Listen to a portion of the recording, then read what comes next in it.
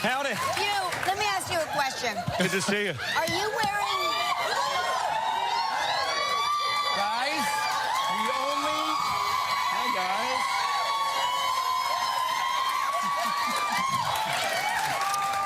We're all sweet. You better calm down, lady. Hi, gang.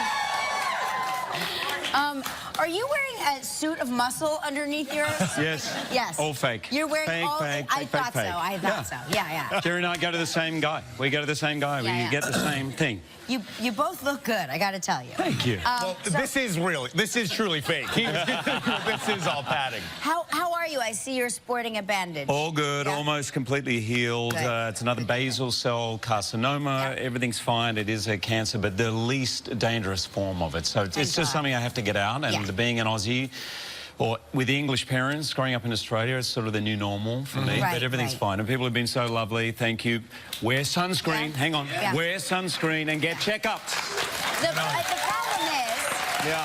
The problem is that I think from our generation, sunscreen was not, it was still like experimental. I don't right? remember. I don't remember. I don't think it was invented when we were younger. I remember zinc. It was invented, but I remember like actively, like there were rumors that it caused cancer. Oh, really? So you did not put it on your skin. So it was like, okay. So here's the thing, one sunburn, you're susceptible to cancer. One. Wow.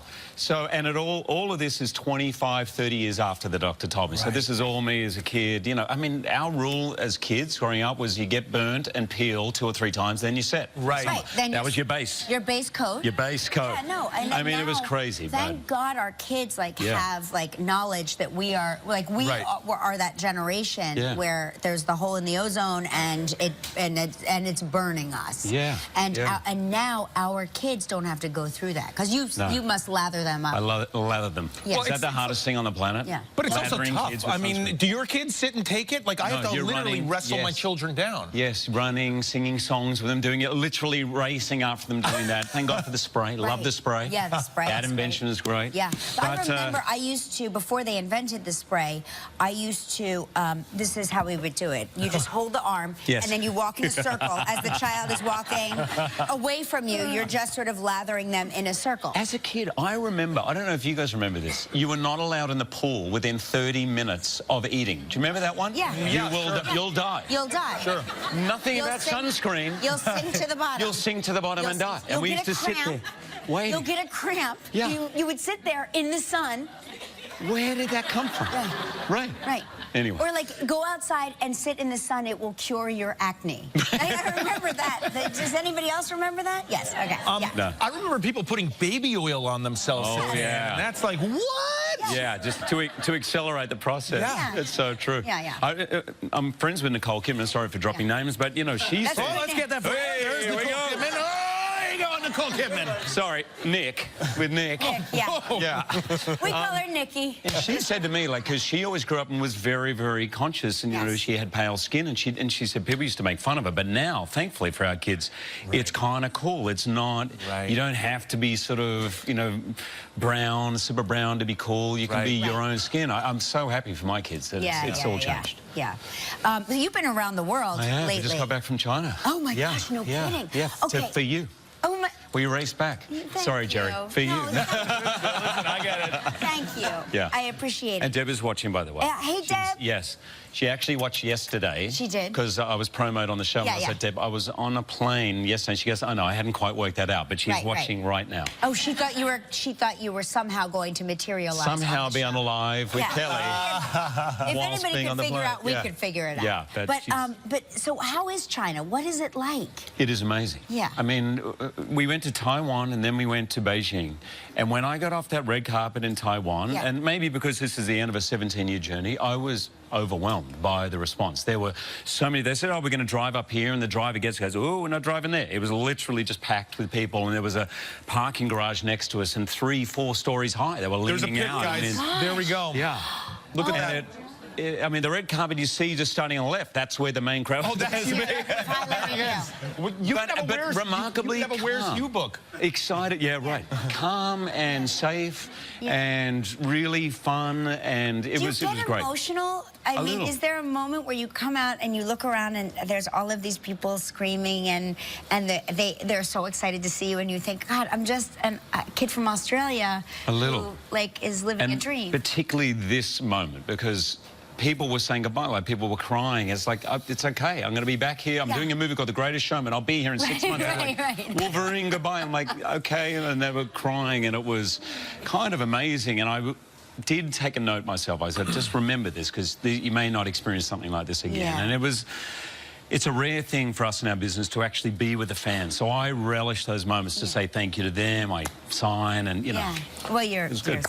And it's a very emo movie. We're going to talk about it. When we come back, we're going to find out what Hugh thought of this year's Oscars, because he hosted. We'll be right back. You've been traveling the world. While you were traveling the world, the Academy Awards happened. Right. Yeah. Now, you hosted the Academy Awards. You were brilliant as a host in 2009.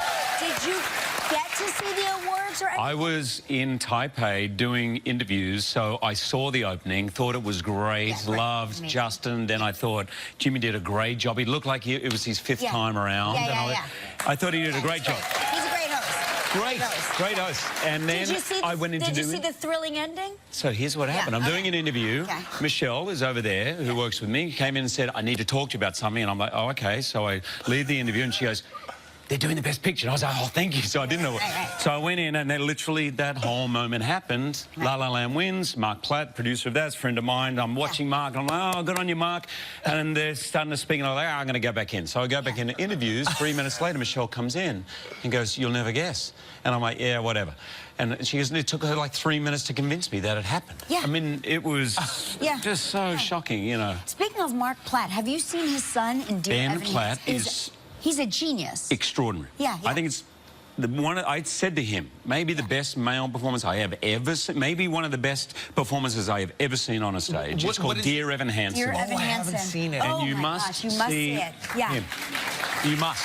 He's very much like you in Boy from Oz. Like you have, like, I mean, the performances are, the roles are so different. But you have that same command of the stage that he has. It's astonishing what he does. But thank you. But anyway, he and Justin and Benj, who just won the Oscar, writing the music for... Nice segue into my movie. But they're writing the music for this musical I'm doing right now called The Greatest Showman. So I think they might win the Tony, and it's going to be a good year for them. It's going to be a good year. So, it's based on P.T. Barnum, we should tell them. Right, based on P.T. Barnum, movie musical, so very, very, very different from Logan. Right, of course. We're gonna talk about Logan when we return, okay? So, one more time. He is so good.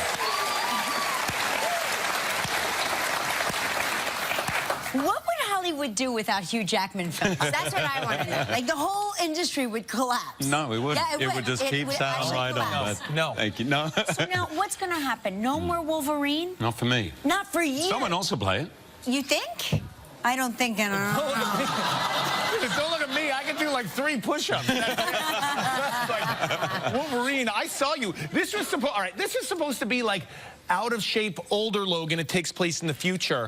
And listen, if that's out of shape older Logan, there's no way I'm playing this part. No, like set everybody up. Like it takes place. This is in the future. It's sort of in the winter of. Wait, this is older? Yeah. Look at that. He's just let it all go. It's a shame.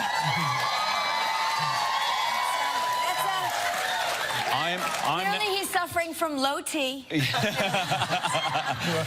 I am now looking after an older Charles Xavier who's 90-odd. And he's got some form of dementia and having seizures, and Logan is limping, and his healing ability is not so great. And it is really, weirdly, a kind of movie about family, about this father and son. And then this young girl comes in, there's like a daughter.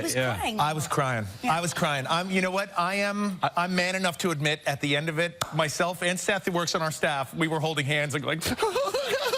Jerry, I was the same. I watched it in Berlin, finished for the first time, sitting next to Patrick Stewart, who was an idol of mine when I first filmed. James Mangold, the director. I grabbed Patrick's hand near the end, wiping away a tear, and I look over and he's wiping away a tear, and I was like, oh, it's all right. It's a Patrick. Yeah. Who we nickname as Beef Stew, by the way. If Beef Stew's crying, I'm okay. We're okay. Stew. I don't know. That's apparently his nickname since he was a kid. Beef Stew? Yeah, I don't know why. Oh, we've got to get to the back. That's but it's, like, we wanted to make a movie that felt different from the others, felt fresh, that, yes, the fans are going to love, but hopefully people who never see a comic book movie or an action movie might go and see, and that will be emotional. It really did. It touches on modern themes. It touches on Western themes. It's a terrific film. Top 2 X-Men films. I got to say that because my wife it's amazing.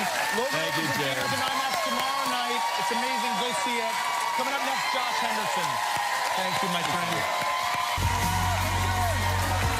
How you guys doing?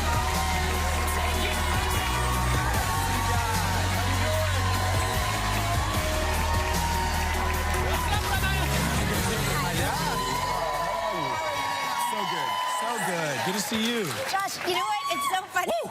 Every time you come out, I go, I forget how good-looking Josh Henderson is. No. Every time. You guys look amazing as always. Listen, we don't judge people physically here on Live with Kelly, but you do look good. Yeah. You know what? Josh could be the next Wolverine. How about that? Oh, man. I love Hugh. Wow. Isn't he great? I'm in awe of his talent. He's the awesome. nicest man in Hollywood. Besides Jerry. No. Hugh is, he's just something special. He really is. So you recently traveled to the Bahamas. Is this for the first time? Or Yeah, first time. And you swam with, now I thought they were going to tell me you swam with sharks, but you swam with pigs. Pigs, yeah. It's, you guys heard of this? The pigs? So pigs. Look at that. These things they're like hippos. They're literally 700 pounds. I'm not kidding you. They're huge, and it's more like I was attacked. Because you know what's crazy? What? You feed them hot dogs. Is that not weird? What do you mean? I'd be in that water too if there was a hot dog involved. It's what they feed Kelly and I here. You're kind of turning them into cannibals, aren't you? They're eating hot dogs. Oh, that's true. Really weird. Oh, dark. And they love them. They love them. They can't eat enough. They can't eat enough. Yeah, it was. As soon as they see the boat coming, they literally swim and attack you. No kidding. So it was a little daunting, but fun. Let me ask you this: do pigs swim everywhere? I've never heard of swimming. It's really weird, and I'm telling you, they weigh like 500-600 pounds. I don't know how they float. It's crazy. They're buoyant, I guess. Yes. Amazing. Buoyant pigs. You went to Pig World. It was nuts. It's an island, and they're everywhere. They're everywhere. What island is it? I don't know. It's one. You know how like in the Bahamas, there's like hundreds of those little tiny. And there's one specific one. I don't know how they got there. That water looks so inviting. It's pretty incredible. Is it nice and warm? It is. Yeah. Yeah. That was a solid Instagram post you had there. Thank you. Now, talking about social media, you had to talk to your mom about commenting on your feed. Tell us what happened. Hi, Mom. I love you. Love you, Mama. My mother loves Facebook. She loves her some Facebook, and she literally will comment on everything. You know, like, look, some people like you, some people don't. If she ever sees a bad comment, she will attack those people. She also she's matchmaker, right? So she's like, Josh, I found this girl, and she's super sweet. And she wants to hang out with you. I'm like, Mom, will you please stop? She lives in Massachusetts, and I have no idea. Come on, like, what are we doing here? But my mom is, she's Facebook crazy. I love you, Mom. I kind of love that your mom is so tech savvy. Yeah. You know what I mean? Oh, yeah. Yeah. I can always tell when my mom has been like voice to texting because my parents have a South Jersey accent, so everything is sort of spelled like a little off. I'm like, oh, I know what they're trying to say. Yes. Yeah, it's really funny. You made your first appearance on our show in 2001. Ooh, was it that long? With Scene 23. Oh, no, yes, and yes. of course, we have the video, and here it is.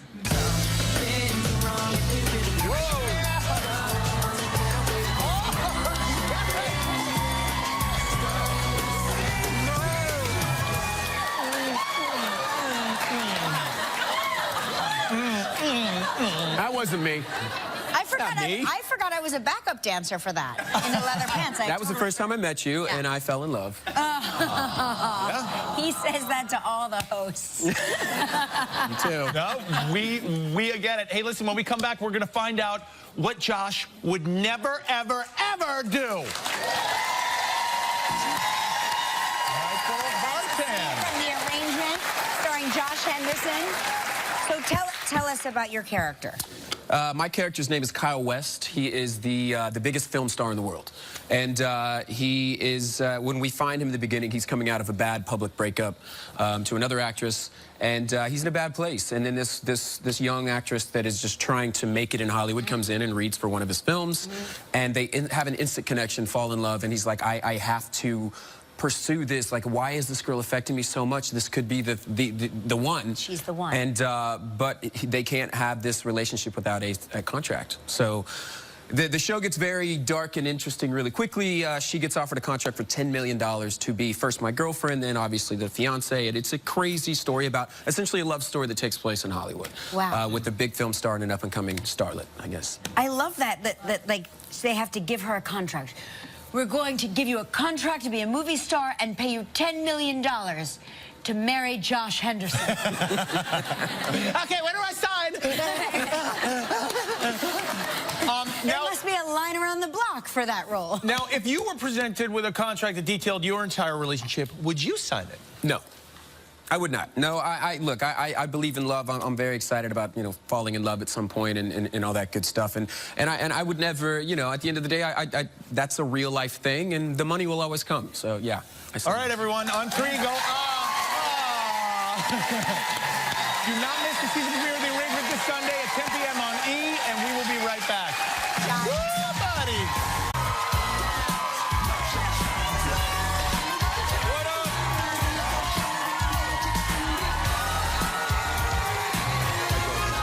Oh my God, give me He said, Paula.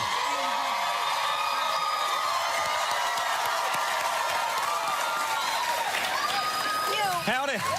let me ask you a question. Good to see you. Are you wearing... Guys, we only... Hi, guys.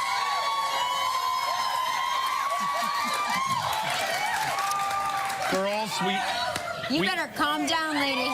Hi, gang. Are you wearing a suit of muscle underneath yours? Yes. Yes. All fake. You're wearing fake, all... fake, I fake, thought fake, so. fake. I thought so. Yeah. Jerry and I go to the same guy. We go to the same guy. Yeah, we get the same thing. You both look good, I gotta tell you. Thank you. this is truly fake. This is all padding. How are you? I see you're sporting a bandage. All good, Yeah. almost completely healed. Good. It's another basal cell carcinoma. Yeah. Everything's fine. It is a cancer, but the least dangerous form of it. So it's Thank just God. something I have to get out. And Yeah. being an Aussie, or with English parents, growing up in Australia, it's sort of the new normal for me. Right, but everything's right. fine. And people have been so lovely. Thank you. Wear sunscreen. Yeah. Hang on. Yeah. Wear sunscreen and get checkups. The problem is... Yeah. The problem is that I think for our generation, sunscreen was not... It was still, like, experimental, I don't right? remember. I don't remember. I don't remember. I don't think it was invented when we were younger.